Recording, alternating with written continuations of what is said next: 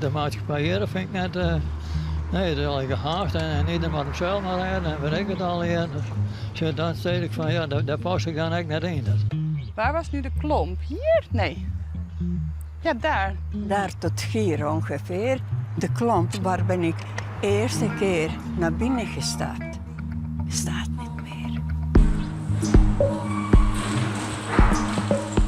Badem op, ze had er al oer. Maar hier bij de klomp, hier doen ze het echt. En hoe doen ze dat dan? Uit het hele Loonwijk komen ze te sjen. Geen wiekcentrum, geen zorginstelling, krijgt wat doors. Met het motto kinnet bestipt net. Voor de beziekers van de klomp is het haar een thuis. Dat ze dreigen te verliezen door een dwongen verhuizing. Wat ben je aan het doen dan, Linda? Nou, omdat ik het gassenpak dus helemaal vol hangen en dan ga ik er met tape omheen. En dat ze dus allemaal aan dezelfde kant blijven zitten en dan blijven ze hangen. Ga ik dat allemaal door elkaar in doen, krijg ik er straks niet meer vanaf. Snap ik inderdaad. Dus ze moeten allemaal dezelfde kant op hangen. In één keer doet eraf. Ja. Nee, je blijft hangen neerdekken. Want dan, als je, ik heb 50.000 van die hangertjes van.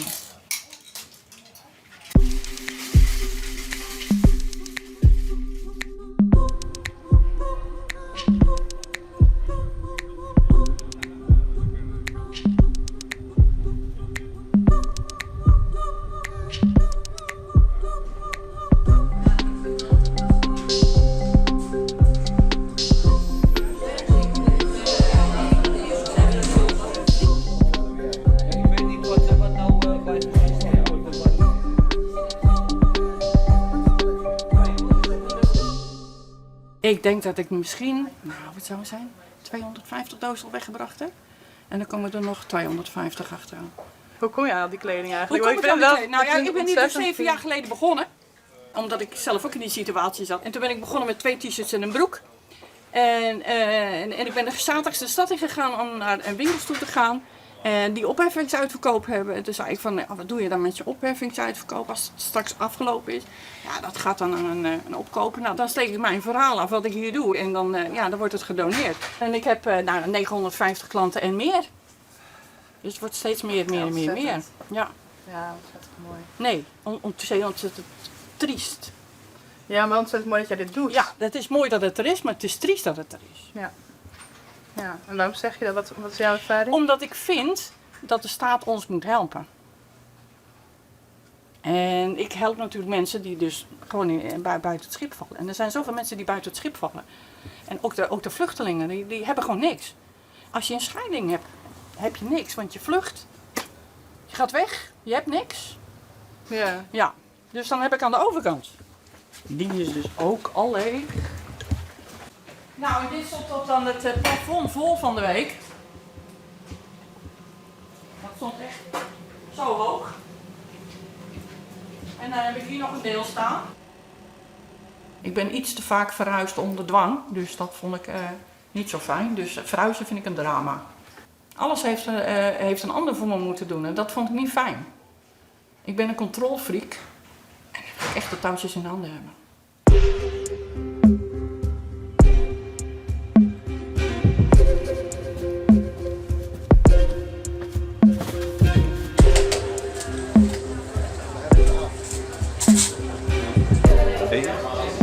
SM7W.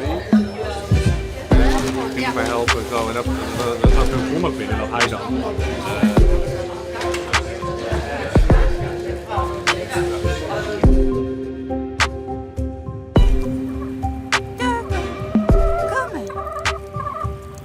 Ja, goed zo. Ja, je bent schat. Je bent poppy van mij. Ja. Ik ben begonnen met de 3. Het kwam opeens vorig jaar in mijn hoofd. Oh, het zou wel leuk hier ook kippen hebben naast de tuinen. Ik heb ook hier de grote tuin is van mij. En ik kom oorspronkelijk uit Bosnië. Oké, ja. En daar ben ik boerin ook geweest. En ik heb al mogelijke dieren gehad. Hier is gewoon een verblijf waar ze slapen en eten. Hé, eten? Oh, maar geef jullie eten. Daar gaan ze 's nachts slapen. En deze luik heb ik zelf gemaakt. En straks als ik naar huis ga, doe ik de deur dicht. Door het regen en wind. De luik blijft open staan en ze kunnen de trappetje naar boven komen. Het komt geen water, geen wind, bijna geen kou naar binnen en niemand kan ze zien.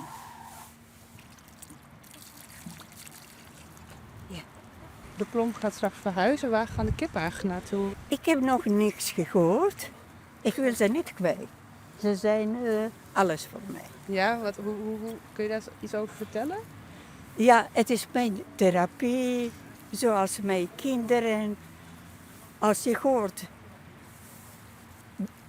's ochtends als ik hier kom, ze buiten laten. Hoe zijn ze blij?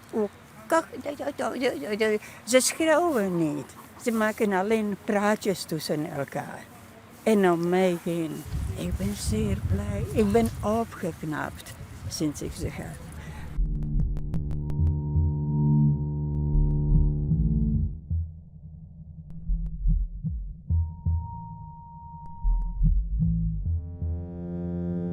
Voor de hin wordt nog zocht naar een plak. De beziekers van de klomp verhuizen naar het oude Cambuurstadion, 100 meter verderop, dat ze tijdelijk een nijthuismeidje. Tusken dus.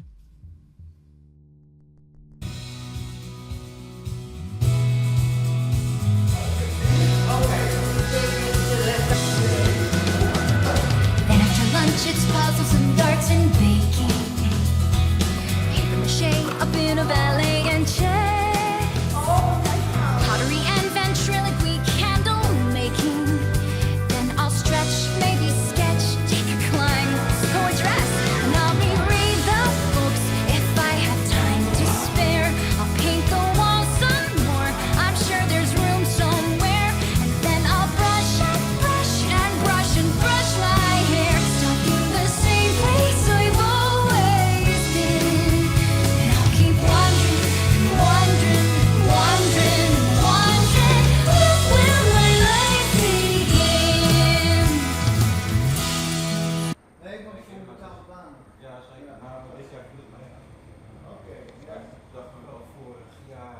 Pak het in. Dit is ragoutsaus, ook genaamd bolognese. Zo vandaag is een speciaal bijzonder eten. Alle dagen kunnen beziekers warm eten in een klomp. En Joert is het wel heel bijzonder.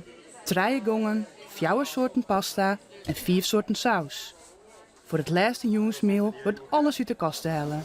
Persoonlijk ik ben verdrietig van dit, omdat ik kan nog niet koken. Er is geen ruimte voor koken als dit. Wat ga je hierna doen? Maar ik heb geen idee. Zal praten met de gemeente. Misschien er is andere netwerkcentrum dat heeft nodig van een chef. Hoop ik. Ja, klaar. Later wij gaan eten. Ik heb een beetje honger. Wat met een ander sausje? Met een ander sausje. Ja. Met zo'n beetje een paddenstoel. Oké. Je hebt die niet aangezeten. Nee. Afvis.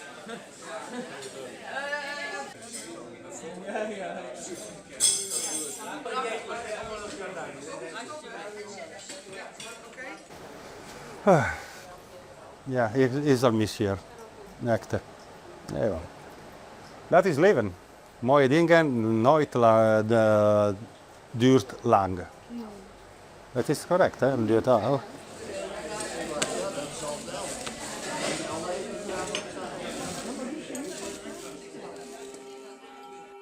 Nieuwe locatie, Cambuurstadion. Hoe gaan we dat doen?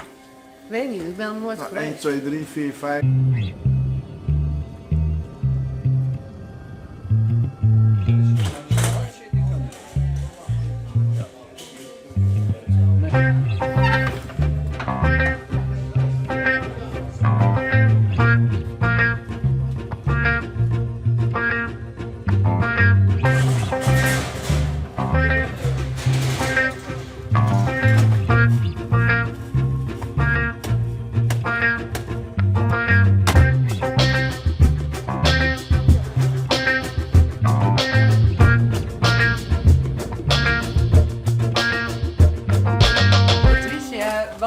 wat eten wij vandaag? Wij eten vandaag, ja, broodje knakworst.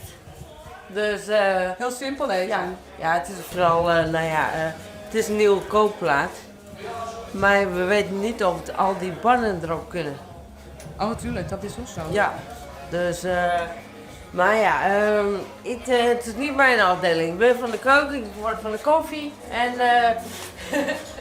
Ja, Sanne, hoe is het voor jou voor het eerst nu in deze keuken te staan? Heerlijk. Ja. Ja? Ja, het is echt, je ruimte, echt, en de verhuizing is heel goed gegaan. Echt, en ja, met z'n allen hebben we het gedaan.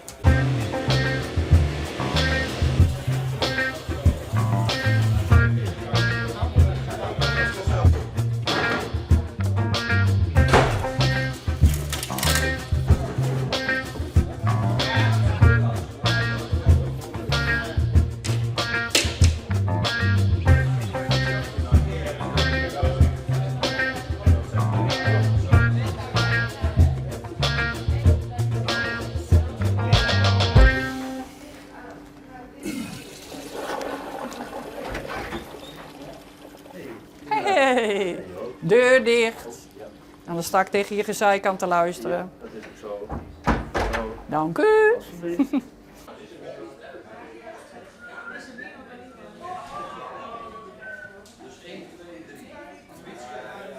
Ik ben gastvrouw sinds januari en ben echt blij met deze werk.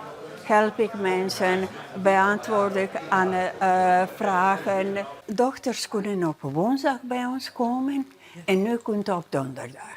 Het is gratis, dus elke woensdag dochters kunnen hier komen om taal te leren. Donderdag.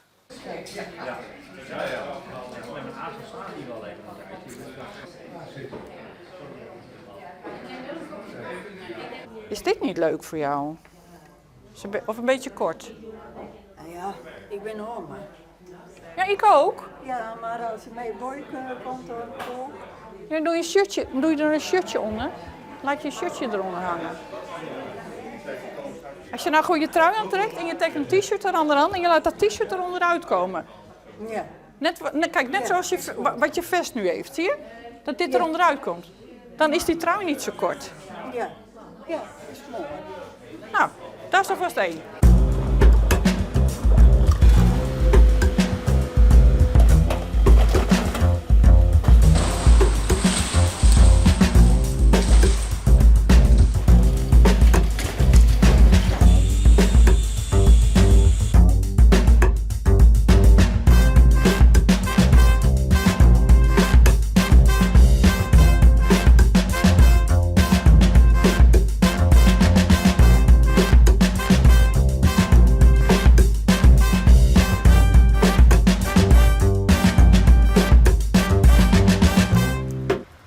Waarom wordt alles gesloopt?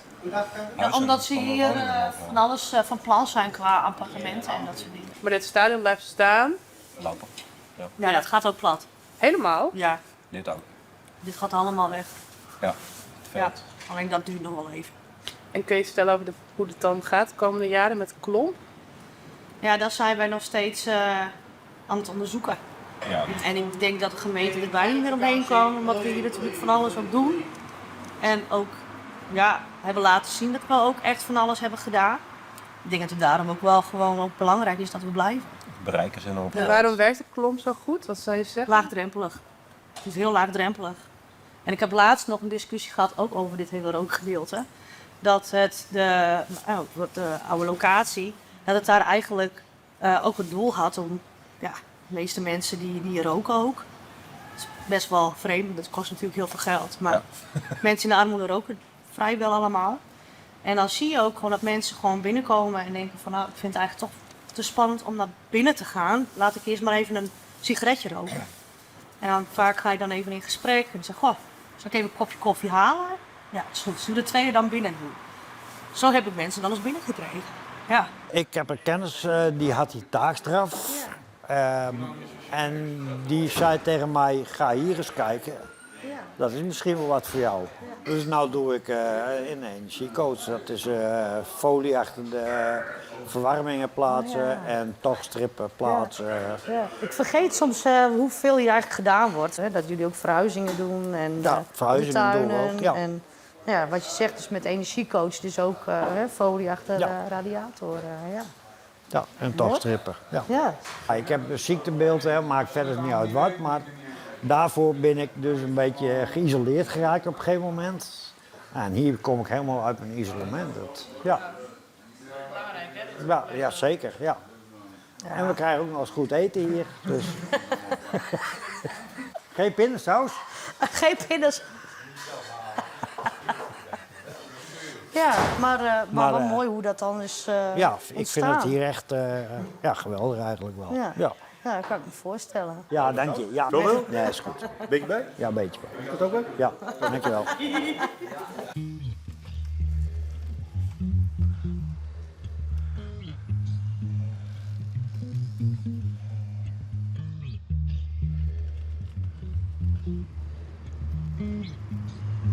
De maatschappij hier vind ik net, nee, dat is al gehaast en ieder maar hemzelf maar rijden en weet ik het al hier. Dus dan zei ik van ja, daar pas ik dan echt net in. Van mezelf net. Ik ben nog hier van Roos. Ik ga ook wel tegen en dan denk ik weet net wat ik hier maak. Want ik ben gewoon net gewenst en dat vind ik dan jammer, dat doet je zeggen dat. Nou, maar je zei wel, er zit in dagen vuur. Nou, ik zei, maar dat hoort dan net wel.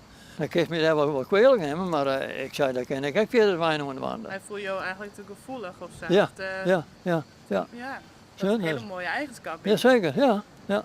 En daarom ben ik blij dat ik hier wat dingen geleerd heb van de woorden. Dus ja, dan is het wel mooi, hè. Ja. En je jaren er ook bij doet, dat vind ik ook fijn. Dat doe ik wel goed. Ja. Mensen die kennen onderbij, nou, de hoorn steken, even groter. Nou, dat is leuk, hè?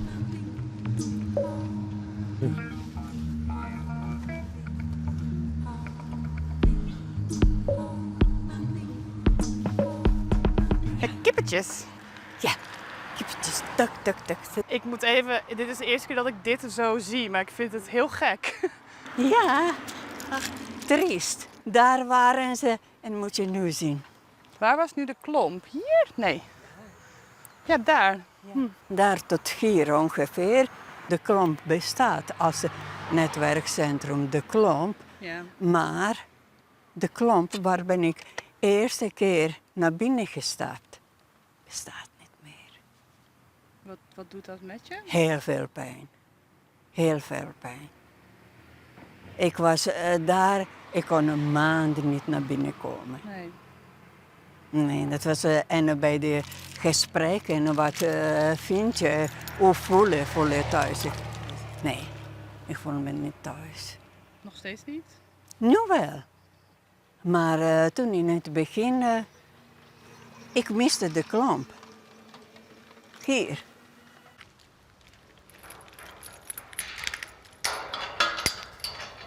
Kom maar jullie, kom maar. Mami geeft jullie iets lekkers. Man is ze zocht naar een nijplak voor de hin. Uiteindelijk bedaar je ze weer op een tijdelijk plak. 10 meter verderop. Ja.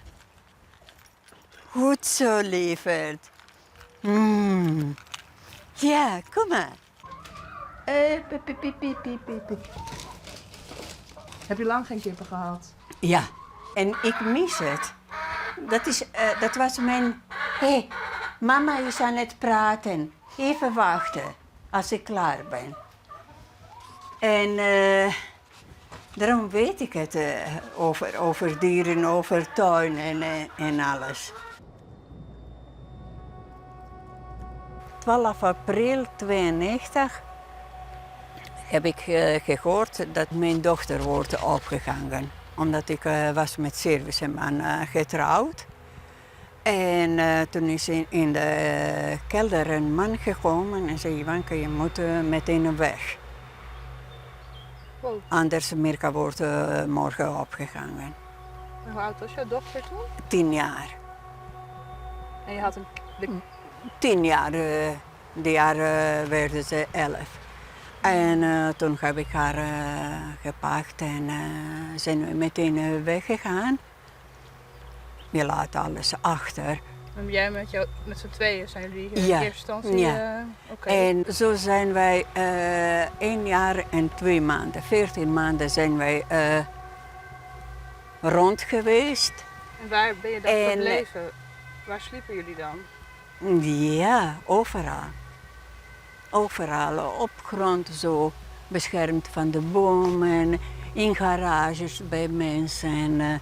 Je hebt geen geld, je hebt geen kleren, je hebt niks. En terug naar Kroatië, toen heb ik werk gevonden. Ben ik schoonmaakster geweest. Heb ik een kamertje gevonden. En eten dat ik kreeg op het werk, heb ik samen gedeeld met mijn dochter. Kijk, wat doen ze? Ze delen samen wormpje. Heb je niet gezien? Nee. Tukkie, tukken. Op een gegeven moment hoorden we dat we kunnen een inschrijving doen voor Holland. En we dachten, oh ja, Holland, de tulpen en die bruggetjes. We gaan naar Holland. Ja, jullie kregen het nog. Jullie kregen het nog, ja. Er zijn mijn, zoals de kindjes lopen ze achter mij.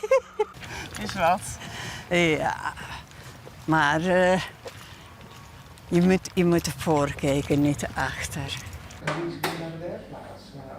Wordt er met de 5 minuten afgelopen zijn? En dus moest je zelf doen. Want per de werkplaats is natuurlijk ook heel veel veranderd. Ga ik naast jou zitten? Netwerkcentrum heeft voor mij veel gebracht. En ook mijn betaalde baan bij Amaryllis. Niet zozeer dat zij dat voor mij hebben geregeld, maar ik heb daardoor wel mensen leren kennen die dus bij Amaryllis werken, die dus voor mij, waarmee ik in gesprek ben gegaan van, goh, zijn er vacatures, is er iets mogelijk? En ja, dat heeft voor mij heel veel opgeleverd. Mijn moeder heeft verstandelijke beperking. En daardoor zijn er andere dingen anders gaan lopen. Mijn vader was een vreselijke man, om het maar even zo uit te leggen. Veel huiselijk geweld. Dus dat is de start van mijn leven geweest. Ik heb op een gegeven moment de ouderrol op me genomen.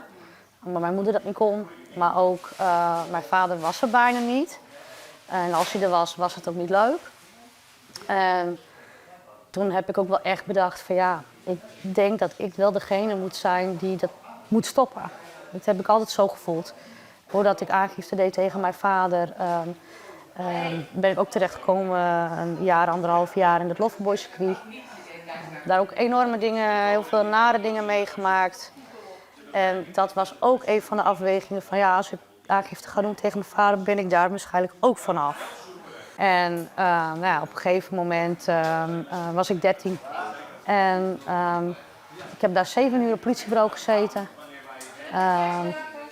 Mijn zusjes zijn daarop meteen uit huis gehaald, diezelfde avond nog. Door een bureau jeugdzorg. Daar is altijd wel mee gedreigd door mijn vader. Als je het vertelt, dan ga jij naar een kinderthuis. En, dat maakt natuurlijk ook als kind zijnde dat je daar wel angstig voor bent. Ben heel snel gaan samenwonen. Heb ook snel een kind gekregen. Toen 23 was ook weer. Toch zat ik de hele tijd van wat moet ik nou eigenlijk allemaal? Ook omdat ik op mijn dossier ook heb staan dat ik ook LVB heb.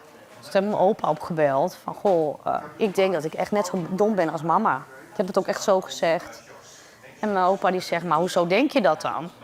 Nou, ik zeg, het staat op mijn dossier. Ik heb zelf op speciaal basisonderwijs gezeten, net zoals mama. Dus ja, dan zou dat wel iets erfelijks zijn. Nou, hij zegt helemaal niet, want jouw moeder heeft zuurstofgebrek gehad bij haar eigen geboorte. Ik zeg, maar waarom heeft niemand mij dat verteld?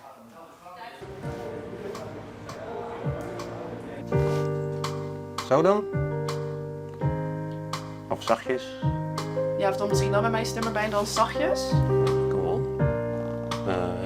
Niet meer dragen, dus doen we er iets aan. Zodat zij weer goed kan slapen en de dader niet nog meer slachtoffers kan maken. Ik had voor het jongerenwerk een drankprobleem, eigenlijk een probleem met alcohol. Altijd wel een beetje gehad. En toen ben ik vrij lang dakloos geweest.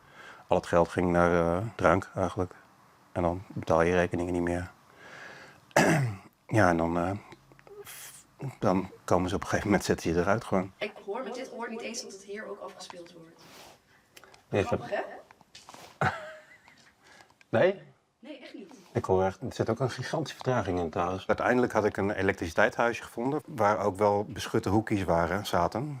Dus daar had ik een soort min of meer hut gebouwd. Maar ja, liepen wel 1800 middelbare scholieren daarnaast rond. Dus die hadden me op een gegeven moment wel ontdekt natuurlijk. En een van die meisjes die bracht mij ook elke dag een broodje kaas.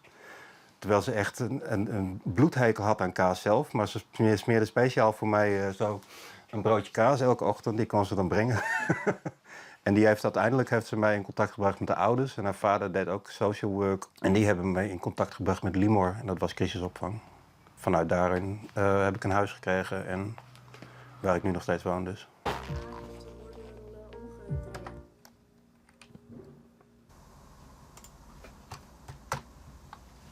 Van Anita.